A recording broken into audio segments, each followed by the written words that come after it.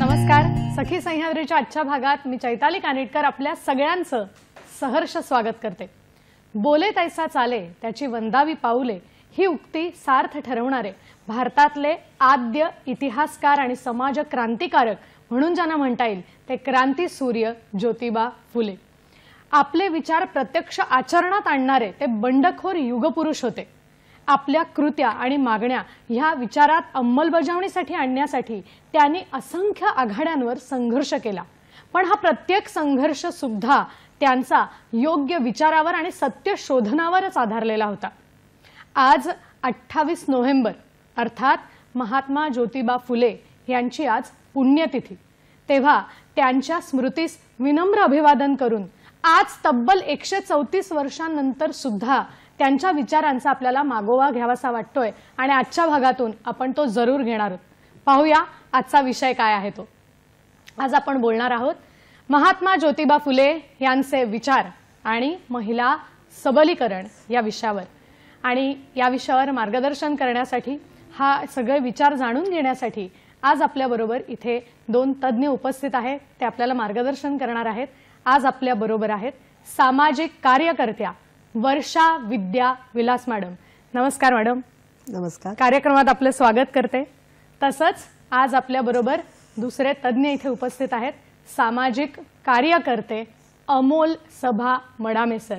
नमस्कार सर. नमस्कार. कार्यक्रमात आपलं देखील मनापासून स्वागत करते. क्रांती सूर्य आणि महात्मा या उपाधीतच खरंच सगळंच येतंय, पण तरी सुद्धा त्यांच्या विचारांचा खरंच मागोवा घ्यायची गरज आहे. तोच आपण आजच्या भागातून घेणार आहोत. सर्वप्रथम दोन्ही अतिथींची मी आपल्याला ओळख करून देते. वर्षा मॅडम बद्दल अधिक सांगायचं तर सामाजिक कार्यकर्त्या तर त्या आहेतच, त्याचबरोबर मुंबई सिटीजन फोरमच्या डिप्युटी हेड म्हणून काम पाहतात. नशाबंदी मंडळ महाराष्ट्र राज्याच्या सरचिटणीस आहेत. पोलीस प्रशिक्षण कार्यालयात सुद्धा व्यसनमुक्तीवर त्या मार्गदर्शन वेळोवेळी करतात. वृत्तपत्रे मासिकातून त्यांनी लेखन सुद्धा केलेलं आहे. अनेकविध पुरस्कारांनी त्यांना सन्मानित करण्यात आले. अगदी कालच संविधान संरक्षक आणि संवर्धन या पुरस्काराने सुद्धा त्यांना सन्मानित केलं गेलंय. पिलर्स ऑफ हिंदुस्तानी आंतरराष्ट्रीय पुरस्काराच्या देखील त्या मानकरी आहेत. मॅडम पुन्हा एकदा आपलं स्वागत करते. तसेच आपले दुसरे तज्ञ अतिथी आहेत अमोल सर. त्यांची थोडक्यात ओळख करून देते. कल्याणी यात्रा या व्यसनमुक्तीच्या वाटा मासिकाचे गेली 15 वर्ष ते संस्थापक आहेत. सामाजिक कार्यकर्ते म्हणून त्यांची ओळख आहे. समेत प्रतिष्ठान या NGOचे ते संस्थापक. धर्मनिरपेक्ष विचारसरणी ही युवकांमध्ये रुजवण्यासाठी मिशन मानवता हा उपक्रम त्यांनी चालवला. महिला हक्कांसाठी विविध आंदोलनं केलेली आहेत. डान्सबार बंदी नशामुक्त महाराष्ट्र अभियान सुद्धा चालवलंय. महिलांची राजकारणात भागीदारी वाढावी यासाठी त्यांनी विशेष योगदान दिलेलं आहे. त्यांना सुद्धा कालच संविधान संरक्षक आणि संवर्धन या पुरस्कारांनी सन्मानित करण्यात आले. आज आपल्याला हे दोघेही जण महात्मा फुलेंचे विचार आणि महिला सबलीकरण या विषयावर मार्गदर्शन करणार आहेत. महात्मा ज्योतिबा फुले यांच्या पुण्यतिथी निमित्त आपण आज कार्यक्रम करतोय. त्यांचे विचार जाणून घेतोय आणि आपण महिला सबलीकरण त्यांच्या विचाराच्या माध्यमातून आजही कसं करू शकतो ह्याचा उलगडा आजच्या भागात आपल्याला दोन्ही तज्ञांकडून होणार आहे. तेव्हा वेळ न घालवता आपण कार्यक्रमाला सुरुवात करूया. सुरुवात करते मी वर्षा मॅडम आपल्याकडून. अगदी सुरुवातीलाच मनात हा प्रश्न येतो की जेव्हा जेव्हा महात्मा ज्योतिबा फुले हे नाव डोळ्यासमोर येतं किंवा क्रांती सूर्य हा शब्द डोळ्यासमोर येतो त्यावेळेला त्यांचं व्यक्तिमत्व हे बहुआयामी होतं हे तर सर्वांना परिचित आहे. पण हे बहुआयामी व्यक्तिमत्व आपल्याला नेमकं कसं भावतं, काय सांगाल? नक्कीच चैतालीजी, सर्वप्रथम क्रांतीसूर्य महात्मा ज्योतिबा फुलेंना माझा त्रिवार अभिवादन.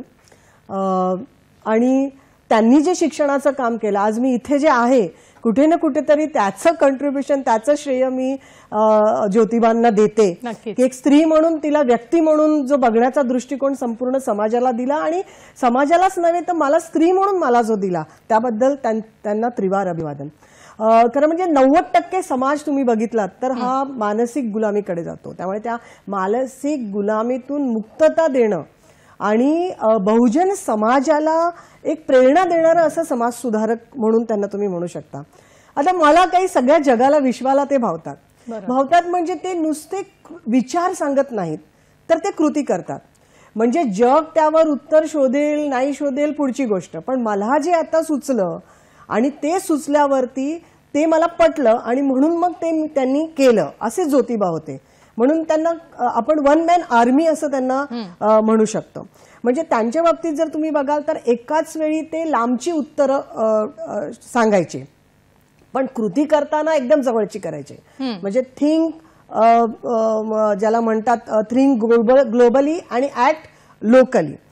एकाच वेळी ते शिक्षण आहे, परंपरा आहेत, रूढी आहेत, शेतकरी आहे, स्त्रिया आहे, शोषण आहे, या वेगवेगळ्या विषयांवरती ते लिहितात, ते भाष्य करतात आणि त्या पद्धतीनं ते त्यावर कृती पण त्या सगळ्या क्षेत्रावर करतात. म्हणजे त्यांचा जो प्रत्येक मुद्दा जो आहे ना, तो वंचित माणसाला, म्हणजे शेवटचा जो माणूस आहे त्या माणसाच्या विकासासाठी त्याला त्या विषमतेच्या घडीतून बाहेर काढणारा आहे. म्हणजे त्यांच्या विचारांचा जो गाभा आहे तो वंचिताच्या साठीचा गाभा आहे, असं त्यांचे जेवढे विचार तुम्ही वाचताना किंवा त्यांनी विचार जे दिले ते पठण करताना, जाणून घेताना तुम्हाला समजून येईल. दुसरं, त्यांनी एका वर्तुळात शिक्षण होतं, त्या वर्तुळातल्या शिक्षणाला त्यांनी मुक्त पूर्णपणे केलं. म्हणजे एखाद्या प्रश्नावरती ते फक्त असं बोलून नाही, म्हणजे कृती पण करताना ते कृती अशी खोटी समाधानी होणारी कृती नाही, तर छोट्या छोट्या कृतीतून पण त्यांनी खूप काही गोष्टी पुढे आणल्या. म्हणजे त्यांचं जे बहुआयामी व्यक्तिमत्व आपण असं म्हणतो की नाही, की त्यांनी अनेक तर्क मांडले. म्हणजे ते तर्क म्हणजे शेतकरी आंदोलनाच्या बद्दल असतील, शिक्षणाच्या विकासाबद्दल असतील, राजकीय घसरणीच्या बद्दल असतील किंवा धर्म सत्तेबद्दल असतील. तर हे सगळे तर्क जे आहेत त्या तर्काला, त्या विषयाला एक प्रक्रियेमध्ये पण घेण्यात आलेले आहे. आणि त्याचं उत्तम उदाहरण फुल्यांचे हे सगळे पूर्णपणे विचार आहे. फुले खरं म्हणजे तुम्ही बघाल तर फुल्यांना हे म्हटलं जातं की ते धर्माला धर्माचे ठेकेदार जे असतात, ते धर्माला नाही पण धर्माचे ते ठेकेदार आहेत, त्यांना जोडपतात. पण त्याच बाजूला त्यांना माहितीये की लोकांची जी धर्माची अधीन भूक आहे ना, त्यासाठी त्यांनी सत्य धर्म, म्हणजे ह्या सगळ्या गोष्टी पण त्यांनी पाहिल्या. म्हणजे म्हणून त्याच्यासाठी त्यांनी जेव्हा लग्न कार्य जे असताना त्यामध्ये पुरुषी अधिकार किंवा पुरुषी शपथ अशा पद्धतीची जी गोष्ट होती, त्यात त्यांनी कुठे ना कुठेतरी एक संकल्प आणून त्याला एक वेगळ्या प्रकारचं, म्हणजे लग्नामध्ये दोन्ही पुरुष आणि स्त्री ह्या दोघांना संकल्पित करणं, म्हणजे ह्या अशा प्रकारच्या गोष्टी जेव्हा फुल्यांचं तुम्ही विचार वाचता आणि ते अंगीकृत करतात ते दिसतं. दुसरं मला असं वाटतं की फुले नेहमी सांगतात, एक कार्यकर्ता म्हणून मला हे वाटतं की कार्यकर्ता नेहमी लेखन करताना कार्यकर्त्याला असं वाटतं की मला वेळच नाही. म्हणजे इव्हन माझ्या बाबतीतही कधी कधी असं होतं. पण मी बघितलं ना की फुले सगळ्या प्रकारचं लेखन, म्हणजे एके बाजूला व्यवस्थेला, विषमतेला तडा देण्याचं काम, आणि दुसऱ्या बाजूला त्यांनी साहित्यही लिहिलं, त्यांनी पोवाडाही लिहिला, त्यांनी नाटकंही लिहिली आणि खूप वेगळ्या वेगळ्या प्रकारचं त्यांनी लेखन केलं. त्यामुळे मला असं वाटतं की फुल्यांना समजून घेताना कार्यकर्त्यांनी समजलं पाहिजे की हे जे कारण आहे की मला वेळ मिळत नाही, ते कुठेतरी फुल्यांच्या याच्यातून कळेल. आणि एखादी गोष्ट म्हणजे फुले मला आहे ना ताकद देतात खरं म्हणजे, आणि ती धमक देतात धाडसाची. खरं म्हणजे की एखादी गोष्ट तुम्हाला पटली आहे आणि एखादी गोष्ट तुम्हाला जसली आहे आणि तुम्हाला त्याच्यावर कृती करायची आहे, तर मग समाजामध्ये तुमची बदनामी होईल, तुमच्यावर हल्ले होतील, हे सगळा विचार न करता तुम्ही त्या पटलेल्या कृतीला अंमलबजावणीच्या स्तरावर नेणं खूप गरजेचं आहे. आणि मला असं वाटतं कुठे ना कुठेतरी ह्या सगळ्या विचारामध्ये फुले मला खूप भावतात. आणि आता आपण चर्चा करूच त्या सगळ्या वेगवेगळ्या अंगाने. तुम्ही म्हणालात तसं की ते तुम्हालाच फक्त भावतात असं नाही, की त्यांचे विचार वाचणाऱ्या प्रत्येक व्यक्तीला ते भावतील, इतके फुले खरंच महान होते. सर मला आता तुमच्याकडे यायचंय. आपण 1800चा काळ बघितला तर त्यावेळेला त्यांनी हे केलेलं सगळं कार्य आहे आणि आज आपण आता 21व्या शतकात जगतोय. खरं बघायला गेलं तर काळ पुढे गेला पण काही काही गोष्टींच्या बाबतीत आपण थोडेसे अजूनही मागासलेले आहोत आणि त्यातला एक धागा किंवा एक मुद्दा आहे तो आहे स्त्री पुरुष समानतेचा.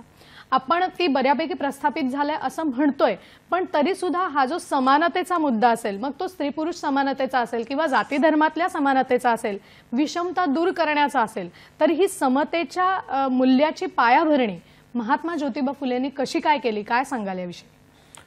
धन्यवाद. आपण मला इथे आमंत्रित केलं. त्याचबरोबर आजचा जो दिवस आहे तो भारतीय इतिहासातला सगळ्यात कलाटणी देणारा असा हा दिवस आहे. कारण नवीन भारताचे पायाभरणी ज्यांनी केली ते आयकॉन महात्मा फुले आहेत. जसं वर्षाजींनी त्यांच्या बहुआयामी व्यक्तिमत्वाबद्दल माहिती दिली त्यात मी थोडंसं ॲड अजून करू इच्छितो आणि मी माझ्या प्रश्नावर येतो की फुले हे समाजसुधारक तर होतेच, क्रांती सूर्य आपण त्यांना म्हणतोच, पण त्याचबरोबर ते एक बिल्डरसुद्धा होते. म्हणजे व्यावसायिक ज्यांचा जो व्यवसाय होता तो बिल्डरचा होता. आज आपण बघितलं तर बिल्डर म्हटल्यावर आपल्याला भीती वाटते. त्यामुळे बिल्डरांची जे व्यक्तिमत्व आहे ते फार असं बदनाम झालेलं व्यक्तिमत्व आहे. पण फुले असे बिल्डर होते आणि नुसतेच बिल्डर नव्हते तर ते नॅशनल बिल्डर पण होते. म्हणजे राष्ट्र निर्माण करणारे पण एक व्यक्तिमत्व होतं. आजच्या काळात सगळं कमर्शियलायझेशन झालं असताना सामाजिक कार्यकर्ते सुद्धा धंदेवाईक झालेले आहेत. म्हणजे फार खेदाने हे बोलावंसं वाटते पण फुले स्वतःच्या पदराचे पैसे खर्च करून फुल्यांनी हे सगळे कामं केलेली आहेत आणि त्यामुळे ती धार जी आहे ती त्यांच्या कार्याला आपल्याला दिसून येते. आणि 134 वर्षानंतर सुद्धा फुले किती प्रासंगिक आहेत हे आपल्याला सांगायची गरज नाही. आज जसं जसं स्त्री पुरुष समानता ही वाढत चाललेली आहे पण ती स्त्री पुरुष समानता म्हणजे नेमकं काय, तो जो एक थिंग असा जो धागा आहे ना तो कुठेतरी मिस आहे आणि ते समजून घेणं आवश्यक आहे. 1800च्या शतकामध्ये फुल्यांनी जे कृतिशील कार्यक्रम केले ते मी इथे तुमच्यापुढे मांडू इच्छितो. सर नक्कीच आपण या कार्यक्रमाकडे वळूया. फक्त एक फोन येतोय तो आधी आपण घेऊया. आपल्याला राहुल गोदाम प्रश्न विचारतायत लातूरहून. नमस्कार. नमस्कार. हां प्रश्न विचारा आपला. मॅडम नमस्कार. नमस्कार नमस्कार सर. नमस्कार मॅडम. सध्या महात्मा फुलांचे जे विचार आहेत ते अत्यंत म्हणजे राष्ट्राला एकत्र करणारे विचार आहेत, राष्ट्रीय एकात्मतेला चालना देणारे विचार आहेत आणि सध्याची जी वर्तमान स्थिती आहे त्याच्यामध्ये आणि त्यांच्या विचारांमध्ये किती तफावत पाहायला मिळते याबद्दल. त्यातूनच एक प्रश्न होता माझा की महात्मा फुल्यांनी किंवा सावित्रीबाई काही लिहिलेलं आहे. नक्की आपल्या प्रश्नाचं नक्कीच उत्तर सर देणार आहेत. तर मला वाटतं आधी आपण आपल्या प्रश्नाकडे येऊया की आपण मला सांगत होतात की त्यावेळेला नेमके काय उपक्रम आणि कृती या फुल्यांनी केल्या या समानतेच्या पायाभरणीसाठी. तर तिथून आपण सुरुवात करू. मुळात तर आज 2 स्त्रिया माझ्या समवेत आहेत आणि मला प्रश्न विचारणारी एक स्त्री आहे आणि त्या काळात स्त्रियांनी प्रश्न विचारणं म्हणजे हा अन्याय असायचा. म्हणजे त्या पुरुषाचा इगो असा हर्ट व्हायचा. आणि आज जे आपण वातावरण बघतोय की तुम्ही मला प्रश्न विचारल्यावर मला आनंद वाटतोय तर त्याचं कारण असं आहे की फुल्यांनी ही जी प्रेरणी करून ठेवलेली आहे या प्रेरणी केल्यामुळे हे आपण आज सहज घेतोय. तर मी काही त्यांच्या 18व्या शतकातल्या काही सालांमध्ये त्यांनी काय काय केलेलं आहे एवढंच मी वाचून दाखवतो कारण आपल्याला हा विषय अजून सखोलपणे मांडायचा आहे. 1 जानेवारी 1848 रोजी मुलींसाठी पहिली शाळा, 3 जुलै 1851 साली दुसरी शाळा, 1852 साली अस्पृश्यांसाठी पहिली शाळा. म्हणजे साधारणपणे फुल्यांचा विचार मांडत असताना असं म्हटलं जातं की अस्पृश्यांसाठी त्यांनी फार मोठं काम केलं. नक्कीच त्यांच्यासाठी त्यांनी काम केलेलं आहे पण त्याआधी त्यांनी समस्त महिला वर्गासाठी, मग महिला ही शूद्र म्हणून मानली जात होती धार्मिक ग्रंथानुसार महिला ही शूद्र मानली जात असल्यामुळे ती अगदी म्हणजे अस्पृश्यांच्या पण खाली तिचं स्थान होतं. तर पहिले म्हणजे फुल्यांनी स्त्रियांची उन्नतीसाठी काम केलं आणि स्वधर्मीय स्त्रियांच्या उन्नतीसाठी तर काम केलंच. लक्षात घ्या साधारणपणे जहाल व्यक्तिमत्व असलेले काही आमचे कार्यकर्ते असं म्हणतात, अरे तुम्हाला इतर धर्माच्या रूढी परंपरा दिसत नाहीत का? पण जेव्हा आपण आपले घर स्वच्छ करू तर लोक आपल्याला घर स्वच्छ करायला देतील, पण दुसऱ्याच्या घरात जर स्वच्छ करायला आपण निघालो तर लोक आपल्याला स्वच्छ करू देतील का? हा विचार करा. आणि त्या काळात फुलेंनी फातिमा शेख यांना सुद्धा शिक्षक बनवले. म्हणजे आपल्या स्वधर्मातल्या रूढी परंपरांना छेद देत असताना दुसऱ्या धर्मातल्या पण व्यक्तींनी त्या धर्मात जाऊन काम करावं यासाठी फुलेंनी काम केलेलं आहे. मला वाटतं सर हे उत्तर देताना आपण राहुलजींचा जो मुद्दा होता तोही तुम्ही मला वाटतं आम्हाला सांगताय, कारण त्यांनी राष्ट्र निर्माणासाठी आता आपल्याला काय तफावत दिसते त्यांचा विचार आणि आत्ताचा विचार, तर तेही आपण घ्यावं. तर यानंतर 1868 साली पाण्याचा हौद सर्वांसाठी खुला केला. तर सर्वांसाठी हौद खुला केला म्हणजे काय? तर कसं होतं, माझं पाण्याचा हौद वेगळा, तुमचा वेगळा, असं सगळं त्यावेळेचं चित्र होतं. आपल्याला अजूनही असं चित्र दिसत नाही, म्हणजे शहरात दिसत नाही, काही प्रमाणात आजही ग्रामीण भागात ही अवस्था आहे मित्रांनो. पण 1860-50च्या काळात हे कॉमन होतं. ती एक प्रथा होती, परंपरा होती, त्याला मान सन्मान होता की जो असं वागायचा त्याचा सन्मान असायचा. तर 1868 साली पाण्याचा हौद खुला केला. 1864 साली विधवा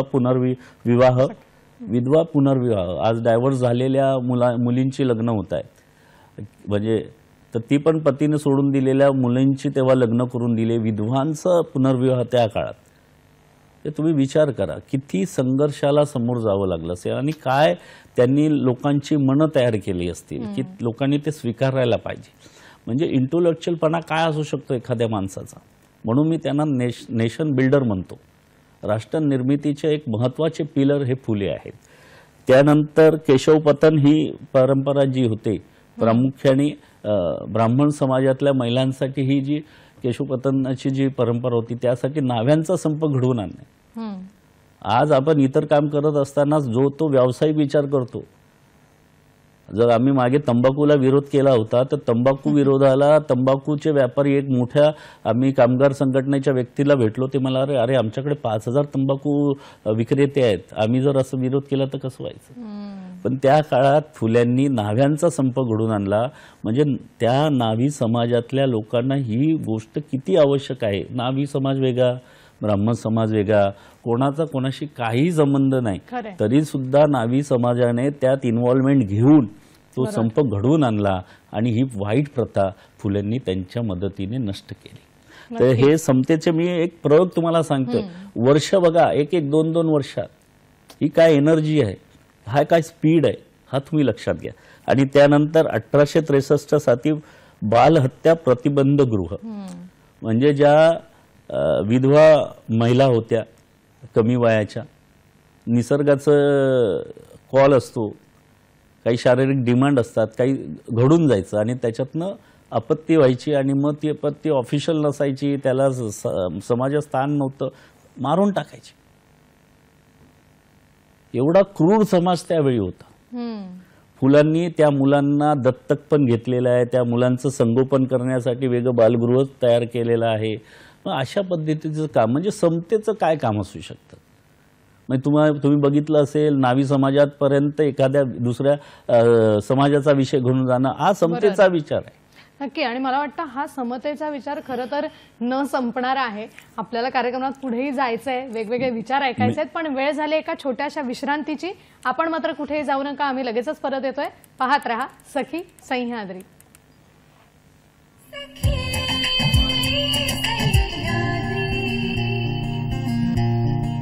ब्रेक नंतर पुन्हा एकदा सगळ्यांचं स्वागत करते. महात्मा ज्योतिबा फुले यांचे विचार आणि महिला सबलीकरण हा आजचा आपला विषय आहे. आणि मार्गदर्शन करण्यासाठी आज आपल्या बरोबर आहेत सामाजिक कार्यकर्ता वर्षा मॅडम आणि सामाजिक कार्यकर्ते अमोल सर. मॅडम, मला आता आपल्याकडे यायचंय.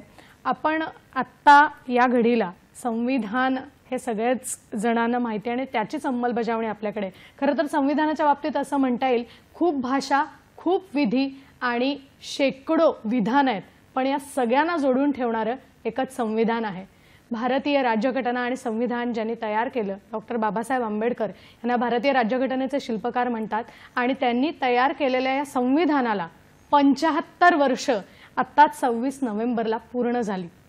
असं म्हणतात की हे लिखित स्वरूपाचं जगातलं सर्वात मोठं संविधान आहे. संविधानाचा विषय याच्यासाठी काढला की स्त्रियांचे जे हक्क आहेत या संविधानात तर दिलेले आहेतच, पण त्याचबरोबर अनेक वर्षांपूर्वी 1800च्या काळात महात्मा ज्योतिबा फुलेंनी सुद्धा या स्त्री हक्कांची दखल घेतली होती. तर मॅडम, मला आपल्याला हे विचारायचं आहे की संविधान आणि महात्मा फुलेंचे विचार यातल्या स्त्री हक्कांच्या बाबतचा समान धागा जर असेल तर तो काय असं आपल्याला वाटतं? काय सांगाल याविषयी? तुम्हाला मी संविधानाच्या आणि समस्त आज दूरदर्शन बघणाऱ्या सखी सह्याद्री कार्यक्रम बघणाऱ्या सर्वांनाच या 75 अमृत महोत्सवी वर्ष आहे आपल्या संविधानाचं, जो आपल्याला माणूस म्हणून जगण्याचा आणि आपल्याला या देशाचा मालक म्हणून हा देशाचा कारभार ज्याला म्हणतो तो चालवण्यासाठीचा जो अधिकार देतो. कारण प्रजा गेली आणि म्हणजे राजा गेला आणि प्रजाचं राज्य आलं असं म्हटलं जातं. त्यामुळे त्या संविधानाला 75 होत आहे, त्या सदिच्छा. तुम्ही बघाल की संविधानामध्ये जे अधिकार हक्क दिलेले आहेत, म्हणजे जर मी कलम 14 पासून जर सुरुवात केली तर सर्वांना, सगळ्या महिलांना, म्हणजे तिथे संविधानामध्ये कुठे स्त्री पुरुष असं केलेलं नाही. नागरिक म्हणून त्यांना दिलेला अधिकार असं तुम्हाला त्या संविधानात दिसेल. म्हणजे 14व्या जे कलम आहे त्यात महिलांना समान संधी. 15वं कलम तुम्ही बघितलात तर कोणत्याही प्रकारचा भेदभाव ठेवला जाणार नाही. 16वं कलम बघितलं तर साधारणतः त्यांना एक अवसराची समान संधी मिळायला पाहिजे, अशा प्रकारचं कलम. आणि त्याच्यानंतर मला वाटतं 39 जे कलम आहे ते समान कामासाठी, म्हणजे समान कामासाठी समान वेतन. आणि 51 जे कलम आहे ते महिलेसाठी प्रतिष्ठा, तिला उणं वाटू नये, तिची शालीनता जपणं, तिला सन्मान देणं, ह्या अशा प्रकारची कलमं तुम्ही जेव्हा बघाल संविधानामध्ये. आणि जेव्हा तुम्ही संविधान वाचत असताना जेव्हा तुम्ही फुल्यांचे विचार वाचायला जाल तर पुढे त्या काळात म्हणजे 1800 मला वाटतं 27ला फुल्यांचा जन्म झाला आणि 1890 पर्यंत 90 हे शेवटचं वर्ष होतं त्यांचं जे फुले आपल्यातून गेले. पण त्या पूर्ण मधलं तुम्ही काळ बघाल की जेव्हा संविधान नव्हतं. पण ज्या शिल्पकारांनी हे संविधान लिहिलं, ज्याला आम्ही राष्ट्रनिर्माते डॉक्टर बाबासाहेब आंबेडकर म्हणतो, त्यांनी फुल्यांना गुरु मानलं होतं. त्यामुळे कुठे ना कुठेतरी तुम्हाला संविधानाच्या त्या पूर्ण चौकटीमध्ये जे विचार हे दिसतात आहे ना, की मूलभूत कर्तव्यांमध्ये, त्याच्यानंतर तुम्हाला मिळालेल्या वेगवेगळ्या अधिकारांमध्ये, म्हणजे शोषणाच्या विरोधात लढण्याचा अधिकार असेल, बंड करण्याचा अधिकार असेल, तुम्हाला मिळणाऱ्या योजना असतील, तुम्हाला मिळणाऱ्या संध्या असतील, या सगळ्यांमध्ये तुम्ही जर बघाल तर कुठे ना कुठेतरी बाबासाहेबांच्या वरती फुल्यांच्या विचारांचा पगडा होता. आणि त्यामुळे त्याचं प्रतीक तुम्हाला त्या संविधानामध्ये दिसेल. आणि हे सगळे धागे मी जेव्हा जोडते, म्हणजे फुले असं म्हणतात की मनुष्य हा प्राण्यापेक्षा श्रेष्ठ आहे, पण त्यात स्त्री ही त्यापेक्षाही श्रेष्ठ आहे. आणि संविधानात स्त्री आणि पुरुष सर्वांनाच समान अधिकार जरी दिले असले तरी ती संधी मिळणं, खरंय, स्त्रीला ती संधी मिळणं खूप गरजेची आहे. आणि म्हणून त्यांचं म्हणणं आहे की स्वातंत्र्य आणि समान संधी ही प्रत्येकाला मिळणं गरजेचं. आणि त्यासाठी फुले सातत्यानं ते लिहितात. आणि नुसतं मौखिक नाही बोलले फुले, त्यांनी जे बोललं, त्यांनी जे भाष्य केलं, त्यांनी त्यांच्या लिखाणातून केलं आणि त्याला अंमलबजावणीच्या स्तरावर नेऊन कायद्याअंतर्गत ते कसं होईल. म्हणजे आता नुकतंच अमोलजी जे बोलले की ज्या गोष्टी स्त्री पुरुष समानतेच्या दृष्टिकोनातून आणि स्त्रीच्या उद्धाराच्या दृष्टिकोनातून म्हणा, किंवा तिला एक सक्षम स्त्री बनवण्याच्या दृष्टिकोनातून म्हणा, ती सक्षम आहेच, पण तिला ती प्रकारची संधी, सक्षमतेची संधी उपलब्ध करून देणं आणि त्याची जाणीव तिला करून देणं. आणि सगळ्यात मोठं तर तिला शिक्षणाच्यासाठी एक तिला ते दालन करणं. कारण ते बोलतात ना, शिक्षणासाठीचं त्यांचं खूप चांगलं प्रख्यात असं वाक्य आहे, शिक्षणामुळे गती गेली विद्येविना मती गेली. म्हणजे ते मी पुन्हा दोहरत नाही, कारण ते वाक्य सगळ्यांनाच परिचित आहे. तर त्यामुळे कुठे ना कुठेतरी मला असं वाटतं की ते मौखिक नाही तर ते कृतीच्या पातळीवर नेतात. आणि फुल्यांच्या बाबतीत मला असं फक्त एवढंच सांगावं असं वाटतं की ते मनुष्य म्हणून शब्दाचा प्रयोग करत नाही. म्हणजे आपण असं म्हणतो की संविधानाने स्त्री आणि पुरुष कुठेही लिहिलेलं नाहीये, माणूस म्हणून लिहिलेलं, व्यक्ती म्हणून, नागरिक म्हणून लिहिलं. पण फुल्यांचं कसं होतं, ते मनुष्य नाही, ते स्त्री आणि पुरुष असं म्हणतात. कारण लैंगिक जी ज्याला म्हणू शकतो आपल्याला जागरूकता जी आहे ना, त्या बाबतीत फुले खूप संवेदनशील होते आणि म्हणून त्यांनी आवर्जून स्त्री आणि पुरुष असं ते त्याचा वापर करतात. त्यामुळे संविधानाच्या पूर्ण चौकटीमध्ये तुम्हाला जेव्हा बाबासाहेबांनी ते लिहिलं, त्यामुळे फुल्यांनी ज्या ज्या प्रकारचे प्रयोग केले, ज्या ज्या प्रकारची त्यांनी भाष्य केली, ज्या ज्या प्रकारची त्यांनी आंदोलनं केली, ज्या ज्या प्रकारचं त्यांनी लिखाण केलं, त्या सगळ्या याच्यावरती अंमलबजावणीच्या स्तरावरती नेऊन म्हणून त्याला कायद्याचं स्वरूप देण्याचं काम आणि एक अधिष्ठान करण्याचं काम त्या संविधानात केलं, ते संविधानाच्या शिल्पकारांनी. त्यामुळे हा सगळे धागे तुम्ही जोडूच शकतात. प्रश्न नक्कीच. आणि मला वाटतं या अनुषंगाने अजून एक आठवण आहे की महात्मा ज्योतिबा फुले यांनी जी शाळा सुरू केली होती, त्याच शाळेत शिकलेल्या ताराबाई शिंदे यांनी 1882 साली स्त्री पुरुष तुलना ग्रंथ रचला. मला वाटतं हे फुलेंचे विचार आणि कृतीची ही अंमलबजावणी त्यांच्या शिष्येच्या माध्यमातून सुद्धा समस्त जगाला याची ओळख झाली असं मला वाटतं. आता सर, अमोल सर आपल्याकडे येते. मगाशी आपण बोलत होतो की या समानतेच्या विचाराची पायाभरणी ते वेगवेगळ्या माध्यमातून करत होते आणि सत्यशोधक समाज हे याचं एक प्रतीक आहे, हे एक महत्त्वाचं उदाहरण आहे. तर या सत्यशोधक समाजाच्या माध्यमातून त्यांनी कसे काय उपक्रम चालवले याविषयी काय ऐकायला मिळेल आम्हाला? मुळात तर सत्यशोधक समाज हे याची निर्मिती कशासाठी झाली? आपण भारताचं ब्रीदवाक्य म्हणतो सत्यमेव जयते. बरोबर. म्हणजे त्याचा बेस आहे ना, मला तो ह्या त्यांच्या सत्यशोधक समाज या धर्माच्या माध्यमातून मला तो दिसतो. तर सत्यशोधक समाजाचं मूळ तत्व काय होतं की सत्याचा शोध घेणे आणि सार्वजनिक सत्याचा आग्रह धरणे. म्हणजे सगळ्यांनी सार्वजनिक म्हणजे लोकांनी एकत्र येऊन त्याचा आग्रह धरला पाहिजे की सत्य काय आहे हे लोकांपुढे आणलं पाहिजे. आणि त्याची 3 तत्व होती की एकतर असं फुल्यांचा असा अपप्रचार केला जातो की फुले हे नास्तिक होते.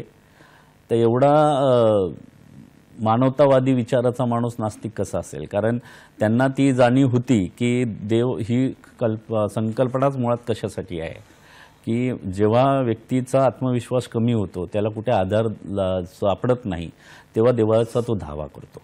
मग अशा वेळी फुले हा देव असा तो देव असा ह्या भानगडीत न पडतात सगळ्यांना निर्मिक त्यांनी एक नाव दिलेलं आहे. देवाला निर्मिक ते म्हणत. आणि ह्या सत्यशोधक धर्माचे 3 त्यांनी जी तत्व ठेवली होती की देव एक आहे, सर्वांचा देव एक आहे.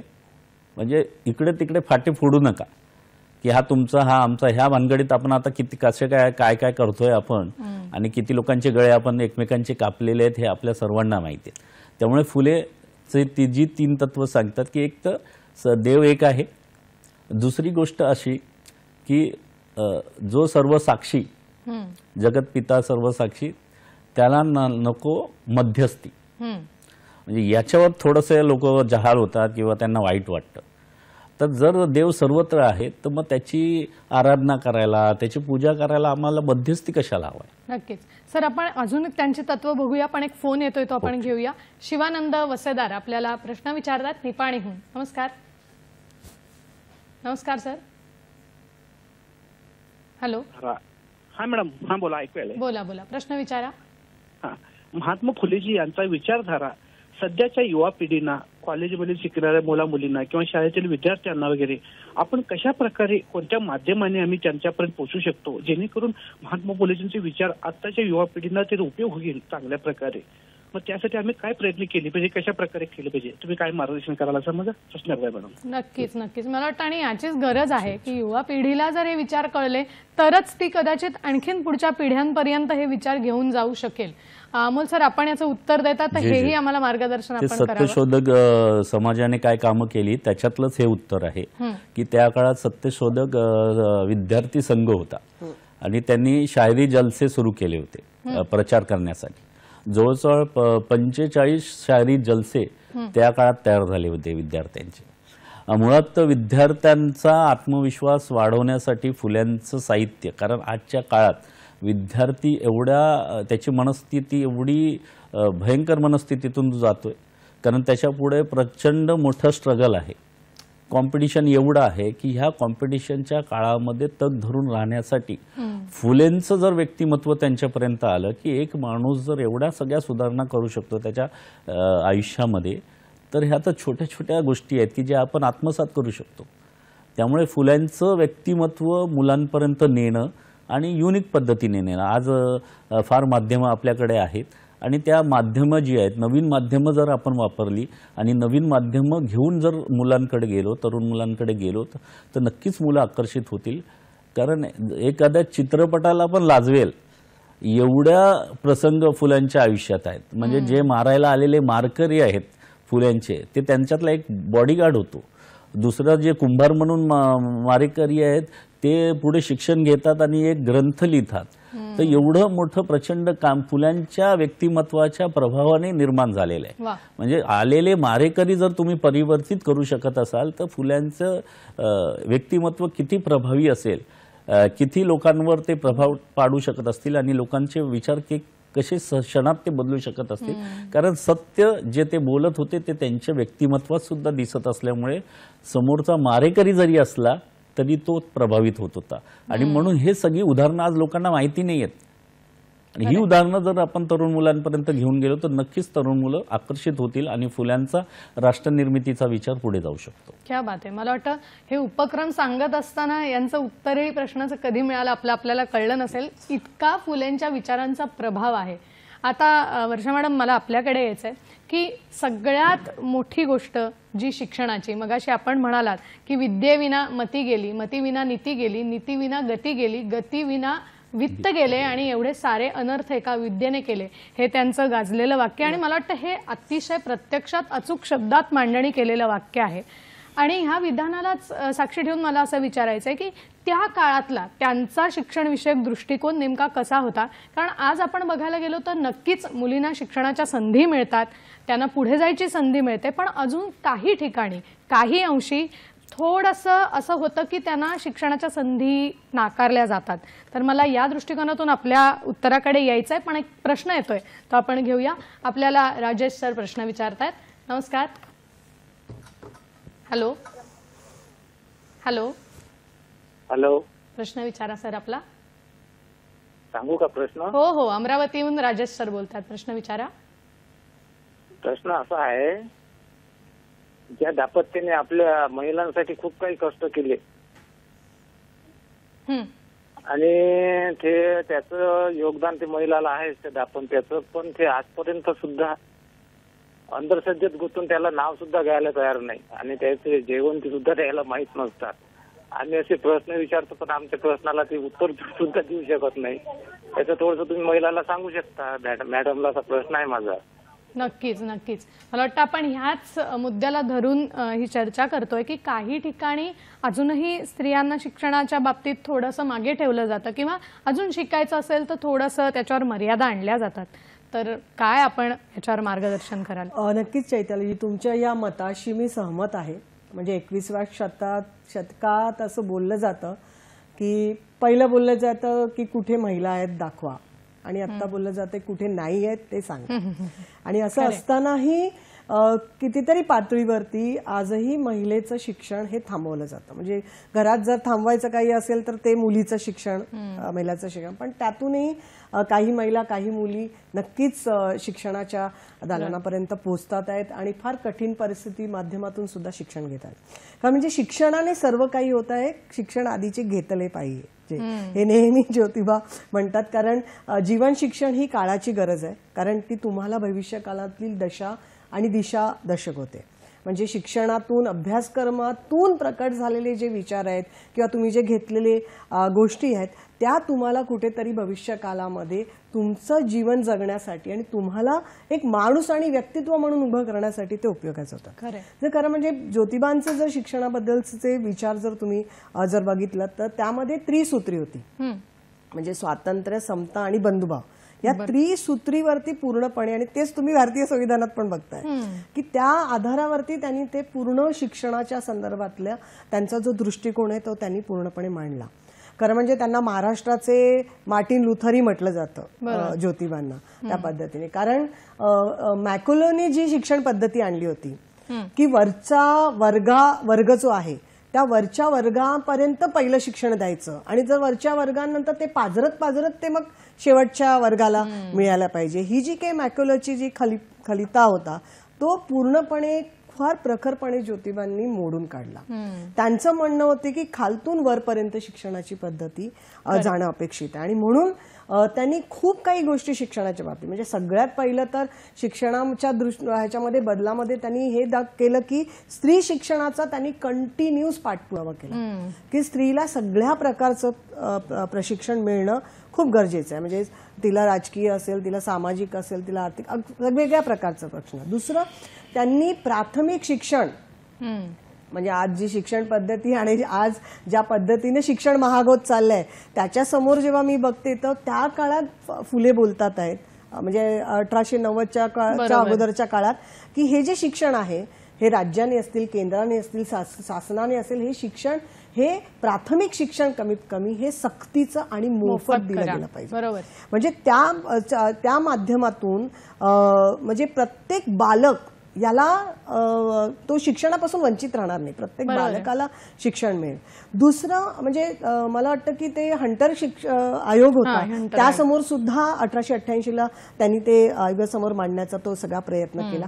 दुसरं, फुले म्हणतात की प्रशिक्षित शिक्षकांची तरतूद असणं गरजेचं आहे. बरोबर. यासाठी की जेव्हा विद्यार्थ्यांची संख्या वाढेल तेव्हा शिक्षक हे प्रशिक्षित असणं खूप गरजेचं आहे आणि म्हणून त्यांची तरतूद असणं. दुसरं, ग्रामीण भागामध्ये शिक्षण पोहोचणं खूप गरजेचं आहे, कारण ग्रामीण भाग आजही अडाणी आहे, त्यांच्यापर्यंत त्या व्यवस्था गेलेल्या नाही आहेत आणि म्हणून शासनाने खास करून ग्रामीण भागात शिक्षणाची धुरा ही पोहोचवणं गरजेचं आहे. दुसरं, प्राथमिक शिक्षण आहे, या प्राथमिक शिक्षणाकडे शासनाने आवर्जून लक्ष देणं गरजेचं आहे. हे यासाठी पण मला असं वाटतं फुले म्हणतात, कारण उद्याची जर भावी पिढी घडवायची असेल तर प्राथमिक शिक्षणाकडे जातीनं, कारण पाया जर मजबूत नाही झाला तर त्यावर जी इमारत उभी राहील ती मजबूत होणार नाही. त्यामुळे ते शिक्षणाच्या बाबतीत बोलताना ते ह्या सगळ्या गोष्टी बोलतात. म्हणजे सरकारी नोकरीमध्ये जर आपण बघितलं, म्हणजे त्या काळात ज्योतिबा म्हणतात की एक मक्तेदारी होती वर्गाची, मग ती जर मक्तेदारी मोडून काढायची असेल आणि जर तळागाळातल्या लोकांना सुद्धा त्या वर्गामध्ये आणि त्या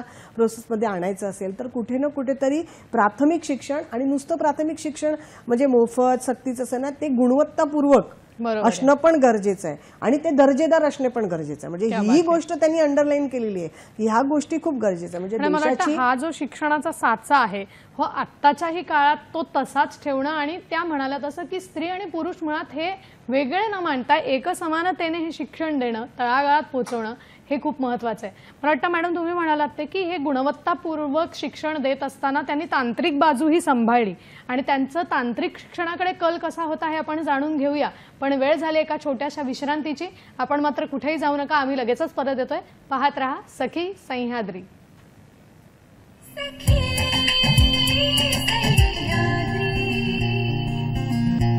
ब्रेक नंतर पुन्हा एकदा सगळ्यांचं स्वागत करते. स्वतःच्या पत्नीला अर्थात क्रांतीज्योती सावित्रीबाई फुले यांना सर्वप्रथम शिक्षण देऊन ज्यांनी हा ज्ञान यज्ञ तेवत ठेवण्याचं काम केलं ते क्रांतीसूर्य महात्मा ज्योतिबा फुले यांचे विचार आजच्या भागातून आपण ऐकतोय. या दृष्टिकोनातून आपल्याला आज काय करता येईल याचाही आपण मागोवा घेतोय. आता मी वर्षा मॅडम आपल्याकडे येणार आहे की आपण शिक्षण विषयक दृष्टिकोन त्यांचा समजून घेत होतो, तर त्यात आपल्याला अजून काही सांगायचं असेल तर नक्कीच 2-3 गोष्टी जोडाव्याशा याच्यात वाटतात की आत्ता देशाची जी परिस्थिती आपण बघतो ना, त्यात कमी शिकलेले किंवा अनुभव असलेले जे अध्यापक आहेत ते एका विशिष्ट स्तरावरच अध्ययन करतात, पण जे अनुभवी तज्ज्ञ विशेष तज्ज्ञ एका वरच्या स्तरावर अध्ययन करताना दिसतात.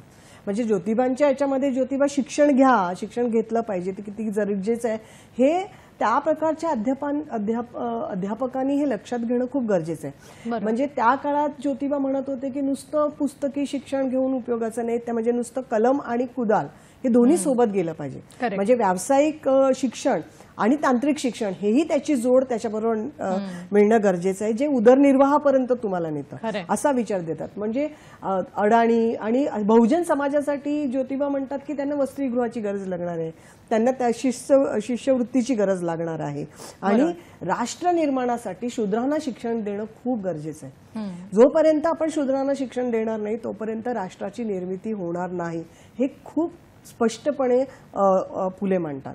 कारण देशाच्या सामाजिक आणि आर्थिक याच्यामध्ये जर बदल करायचा असेल, त्यातून जर गुलामी नष्ट करायची, जोपर्यंत ती गुलामी नष्ट होणार नाही तोपर्यंत राष्ट्राची निर्माणी करणार नाही. संविधानाला हेच अपेक्षित आहे की संविधान म्हणतं की या देशाला म्हणजे याची राष्ट्राची आपल्याला निर्मिती करायची आहे, ज्यामध्ये सगळ्यांना समान संधी, सगळे समान पातळीवरती होतील. आणि म्हणून फुलेंचे शिक्षणाचे विचार आहेत ना, तुम्ही जर बघितले तर बडोद्याचे जे सयाजीराव गायकवाड आहेत, त्यांनी जेव्हा हे सगळं प्राथमिक स्तरावरती जे फुल्यांचे शिक्षणाचे विचार, किंवा मग साताऱ्याचे राजश्री छत्रपती शाहू महाराज यांनी जेव्हा संस्थानं आणि शिक्षणाची दालनं खोलली, तर फुलांचे हे सगळे विचार तुम्हाला तिथे दिसतात. नक्कीच. शिक्षणाच्या बाबतीत तुम्ही एक शब्द वापरला तो होता तांत्रिक शिक्षण किंवा व्यावसायिक संधी निर्माण करणारं शिक्षण. अमोल सर, मला आपल्याकडे यायचं आहे की रोजगार निर्मिती पूर्ण शिक्षण मिळालं पाहिजे, यासाठी महात्मा फुलेंनी त्याही काळात मला वाटतं प्राथमिक शिक्षणाबरोबर हातात लेखणी घ्या आणि त्याचबरोबर शेती करा हेही तंत्र शिकवण्याचा प्रयत्न केला होता.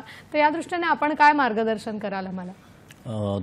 त्यांचं म्हणणं होतं की शेतकऱ्यांची जी मुलं आहेत त्यांना कृषी ज्ञान मिळालं पाहिजे, की नवीन नवीन पद्धतीने कसं शेती करता येऊ शकेल. त्याचबरोबर त्यांना व्यावसायिक मार्गदर्शन मिळालं पाहिजे. आणि व्यावसायिक मार्गदर्शन मिळाल्याबरोबरच विहिरी खोदण्यासाठी सरकारने कर्ज दिलं पाहिजे. म्हणजे शेतीचा किती विचार ते करतात बघा. शेतकऱ्यांचं आसूड ते पुस्तक लिहिलंय त्यांनी. त्याच्यात त्यांनी आज जी शेतकऱ्यांची महाराष्ट्रातली परिस्थिती आहे, साधारणपणे 4,000 शेतकरी दरवर्षी महाराष्ट्रात आत्महत्या करतात, ज्या महाराष्ट्रात फुल्यांचा जन्म झालाय. म्हणजे आज ह्या दिवशी फार खेदाने हे वाक्य मला बोलावं लागतं, कारण आपण त्यांना फॉलोच केलं नाही. आणि त्याचबरोबर ते हंटर आयोगाला जेव्हा निवेदन देतात तेव्हा ते म्हणतात की शाळा वाढवल्या पाहिजे आणि शाळांमध्ये शिक्षक वाढवले पाहिजेत. तेव्हा ह्या माध्यमातून रोजगाराच्या पण संधी कशा उपलब्ध होतील हेही ते सांगतात. दुसरी ठिकाणी शेतीचं संरक्षण करण्यासाठी आम्हाला बंदुका द्या, म्हणजे शेतकऱ्यांना बंदुका द्या असं त्यांनी सांगितलेलं आहे. आज विचार करा, जर एखाद्या शेतकऱ्याकडे बंदूक असती तर सावकार जो त्याच्या अंगावर चालून येतो तेवढं तो आला असता का? तर त्या एक प्रकारे शेतीचंही संरक्षण झालं असतं आणि थोडा धाक सावकाराला पण लागला असतात.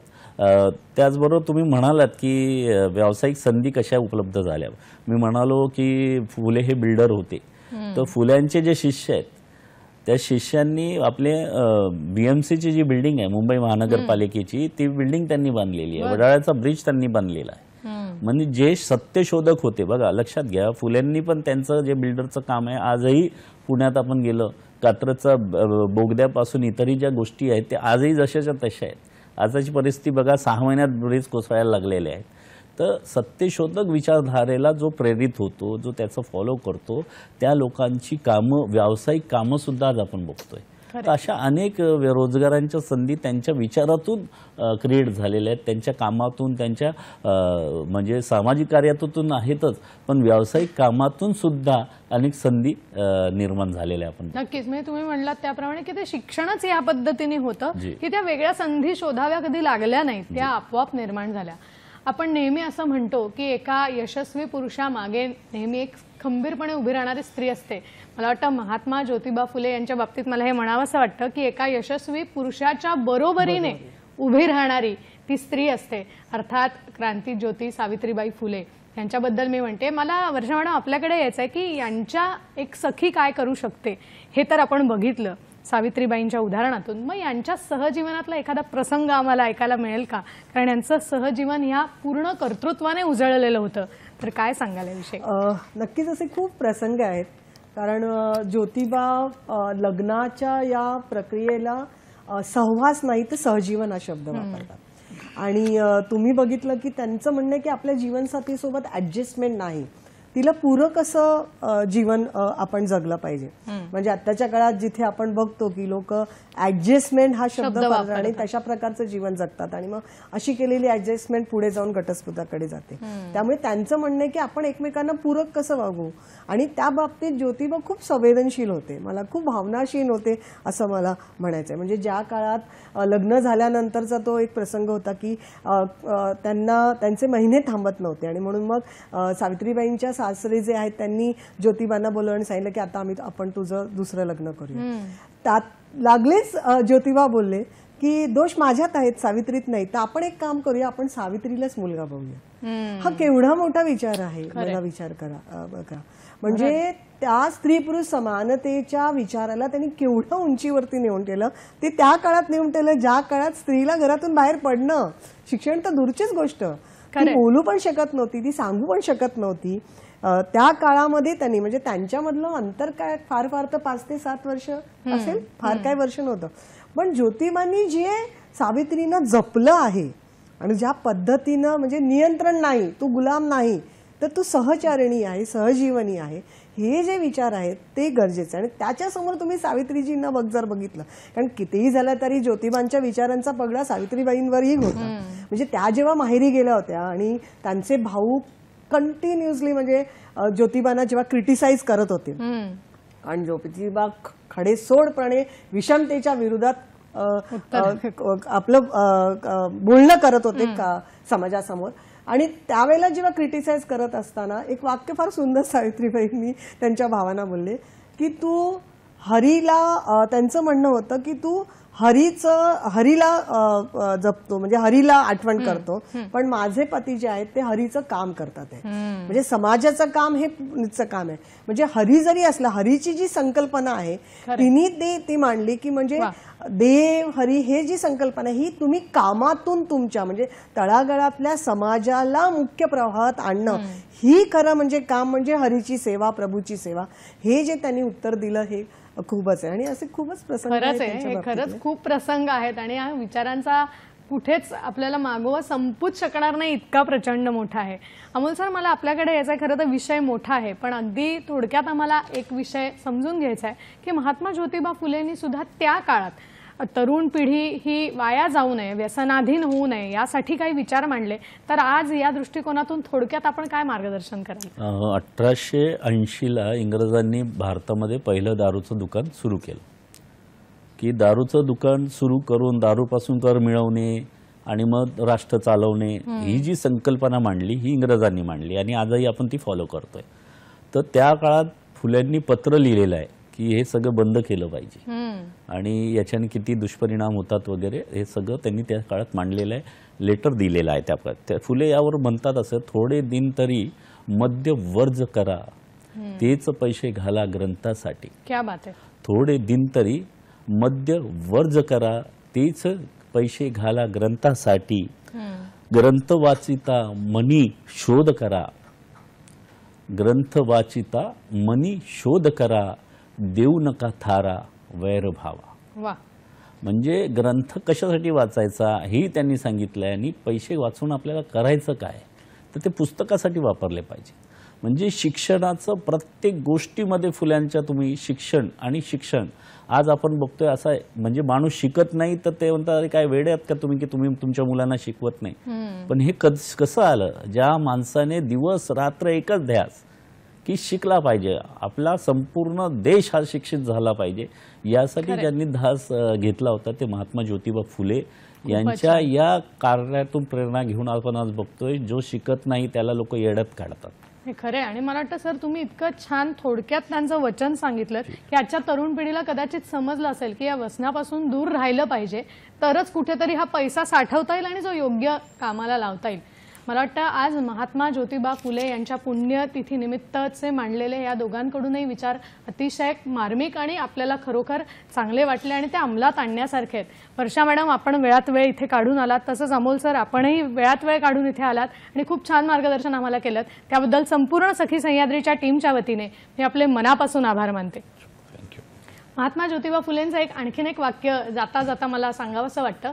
ते नेहमी म्हणायचे की ध्येय नसलेली माणसं ही साबणाच्या फेसासारखी असतात आणि ते म्हणजे क्षणार्धात फेस कसा निघून जातो तो क्षणभंगुर आहे तशी ती राहतात. त्यामुळे ध्येय उराशी बाळगा. असंच हाच संदेश घेऊन आजच्या कार्यक्रमात इथेच थांबतेय. भेटूया सखी. नमस्कार.